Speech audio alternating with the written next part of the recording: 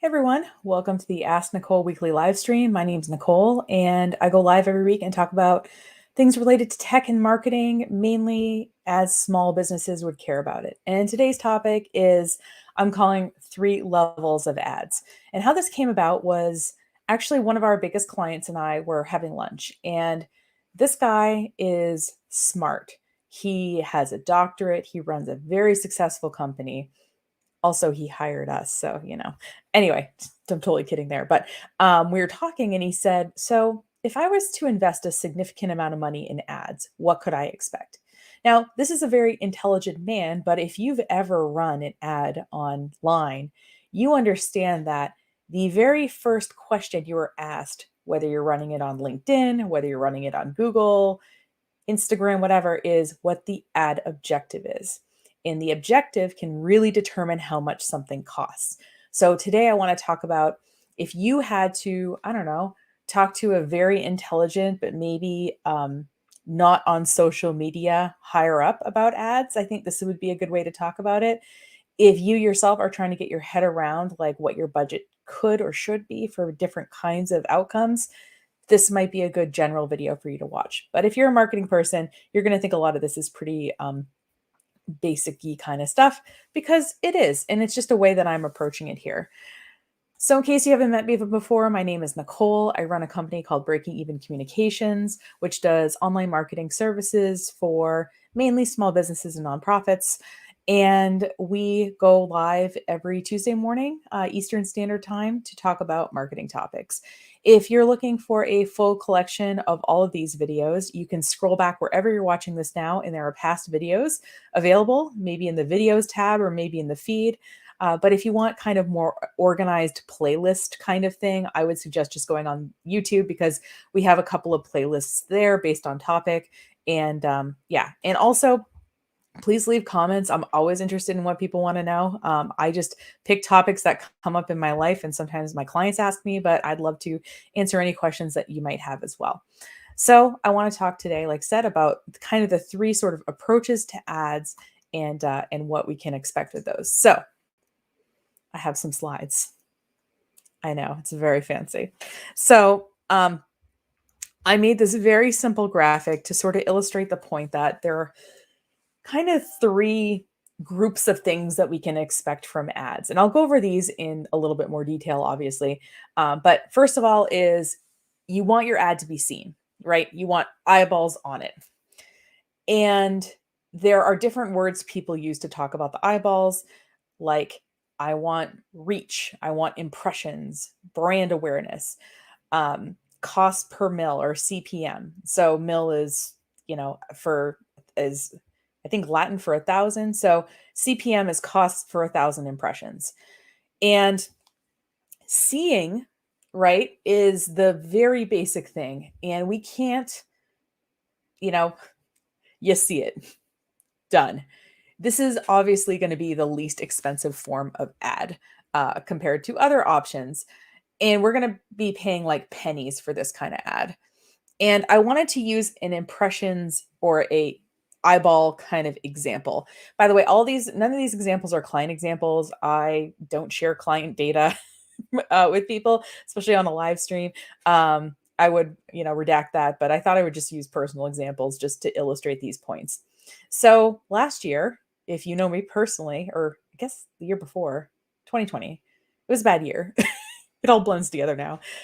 My dog disappeared. And by disappeared, I mean I tied her out in front of a place I normally grab lunch. I've tied her to this tree, if not, dozens of times. I tied her out front and I went in to get my lunch. This is a Friday afternoon of Labor Day weekend of 2020. So someone runs in and says, "Your dog ran off." And I saw that she had broken her leash. It was one of those retractable leashes, so it's kind of thin. So the nylon kind of broke and it was on the sidewalk and she had run off. And so people had tried to get her. They tried to chase after her. Obviously, that made her run faster. And she's a hound dog. She runs off. It's something that she does. I've had another hound dog that used to run off, and I don't know if you have a hound dog that has run away, please leave a comment and make me feel better. But I felt awful about this whole situation because first of all, I felt like it was really my fault. And second of all, like she was disappeared and it was, September, the nights can kind of be cool and all that. So the first thing I did was I ran this initial ad set the day that she disappeared. And I guess I put a $15 spend on it because I think I just wanted to see like how many eyeballs I could get on it. And so as you see, so the original post that I took the ad out to is on the side, and then we see a sort of graph of the results here. So looking at the actual post, you see that it got shared 19 times from my original post. Now, what happens after? So let's say my friend shared this and then their friend shared the friend's post. I don't think it's counting those because this thing, like, I should have actually gotten the data on the actual impressions of this content because it was way more than this. But this was the reach of the particular ad set was 6,350 people. And like I said, once it got shared and reshared, that was obviously outside the parameters of the ad. Once, you know what I mean? Once someone copied it and put it somewhere else, like I no longer can track it, right? But as we see here, obviously the missing dog has a pretty viral element to it, especially with other fellow dog people. But I was paying less than 1 penny per person reached. I think in part because it was getting shared a lot, but also like I was only paying for impressions. And what I wanted was the most people out there to see her. And the result of that, by the way, was that she reappeared. About 5 weeks later, I got a call, 5 weeks to the day, that the somebody had found her in a hole and the police had brought her in. And both the guy who found her in the hole and the person at the animal shelter recognized her from the Facebook ad. So sometimes impressions can be really important, either for a personal objective like this or a business objective. Like if you wanted brand awareness or something like that, and you just wanted as many people to see your brand name as possible, you would pay a relatively low amount of money for that. And as your ad person, I could say, well, this many people saw it and this is how much we paid for it. So, like I said, we're expecting in the pennies for this. This, like I said, was a much more viral thing than most business content can be. But, I think for impressions, I've seen 4 cents, 9 cents, like, and for one of my clients, I got like a penny per an impression on a video. But like I said, we're expecting pennies when we talk about impressions because we're literally paying people to look at the thing. And in my case, I was paying for reach because I wanted as many people to see that my dog was missing as possible within my geographic area. Now, the second level of ads that we can talk about is interaction. So, like I said, first level, we're seeing it and we're paying relatively little money because we're not asking them to do anything with it. We're just putting it in front of their eyeballs. But the second level is interaction. So, interaction, other words that people might use for this is engagement. And so, engagement, right? It might include hitting a little reaction, a little like or a little, heart or something like that. It might be leaving a comment. It might be clicking the share button. All of those are examples of how someone engages with a piece of content. Obviously, the lowest level of engagement being hitting the like button, the highest level of engagement, clicking the share button and putting it somewhere else so that other people can see it. Other things, though, that people can do to interact with the ad might include clicks. If it's a video, it might be watch time. So, for example, if you're interacting with this video, if you've watched up to this point, we're about 9 minutes in. So, you must be relatively interested anyway, in sort of interacting with it in terms of spending time on the content. And CPC is another cost per click, which is a cost for a click. So the CPM and the CPC, if you've, run Google ads like even years and years ago, are probably terms you've seen before. But we are asking a little bit more of people when they interact. We're asking them to not just look at something, but to look at it for a longer period of time, to do something with the information. Click on a link, watch this whole thing, press share, something like that. And because we're asking them to do more as the advertiser, we have to be willing to pay more because they're doing more.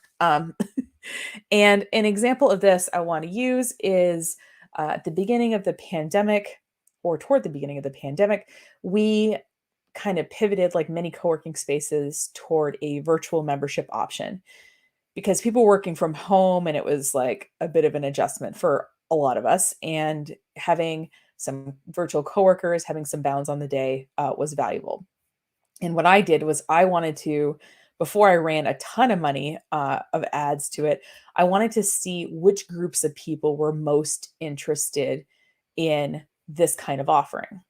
So what I did is I ran what's called an A/B test. So what it does is it takes your budget and it spends an equal amount across multiple ad sets.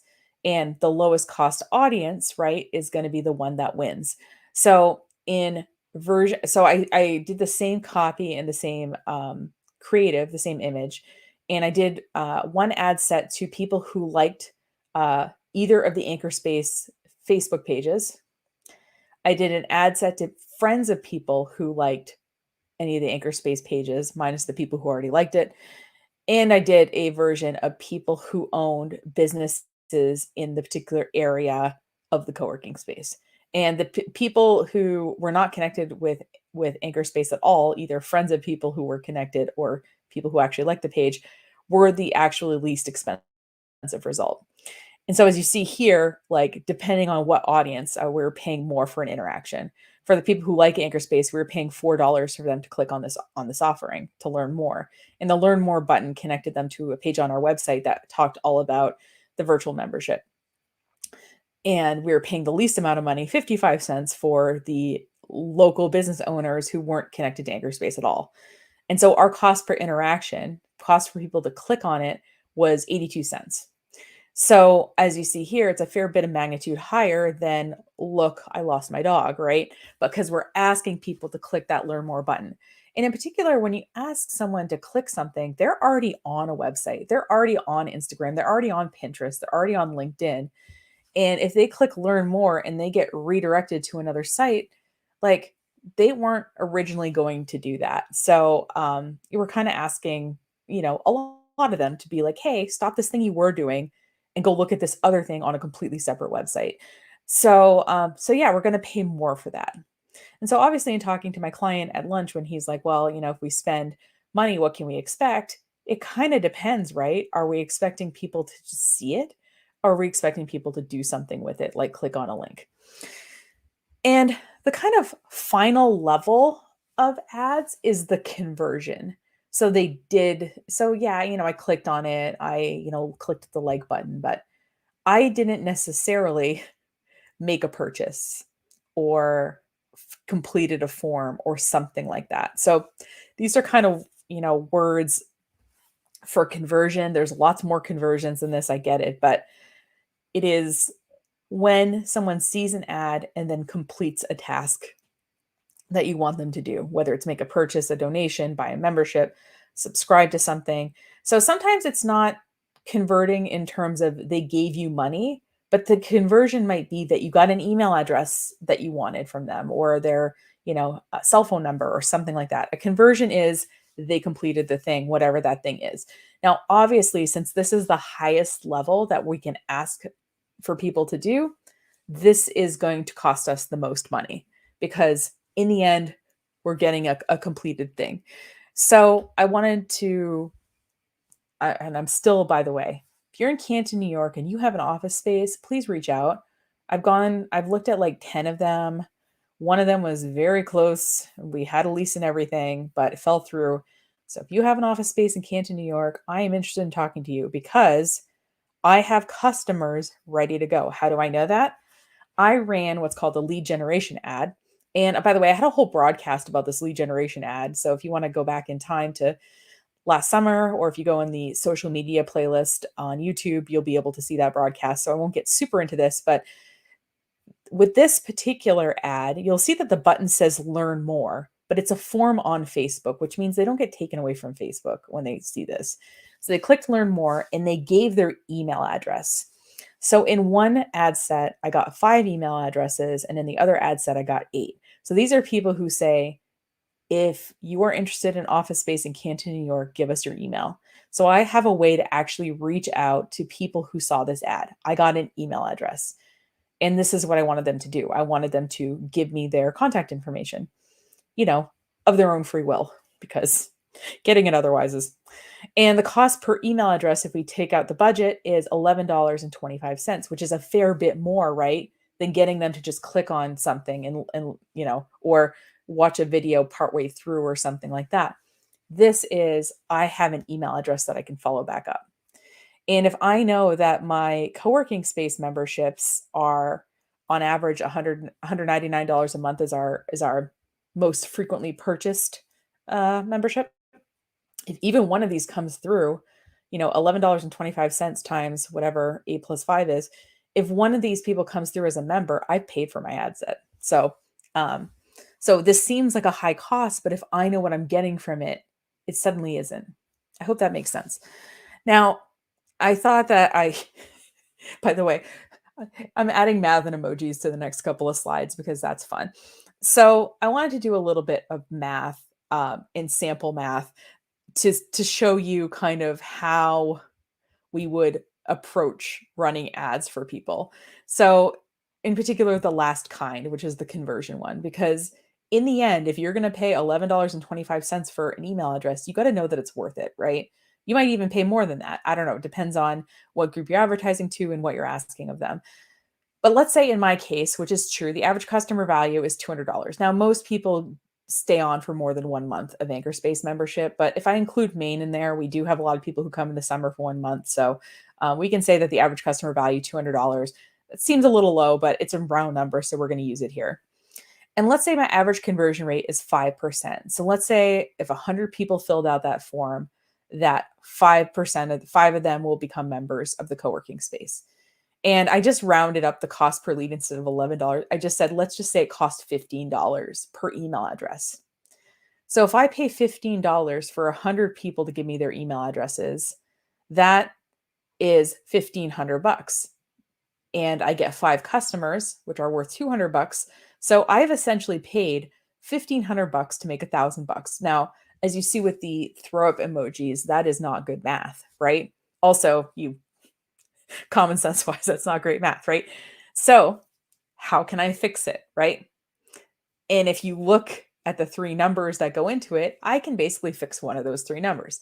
I can increase the customer average value, I can increase the conversion rate, or I can lower the cost per lead. Now, if I'm running ads for you, I don't necessarily have, I guess, I'm not all up in your business operation to try to figure out how to increase your average customer value. I think you'd have to pay me a bit more money to weigh in on that, but I'm happy to if you want me to. Also, the conversion rate kind of has to do with maybe how the website is set up.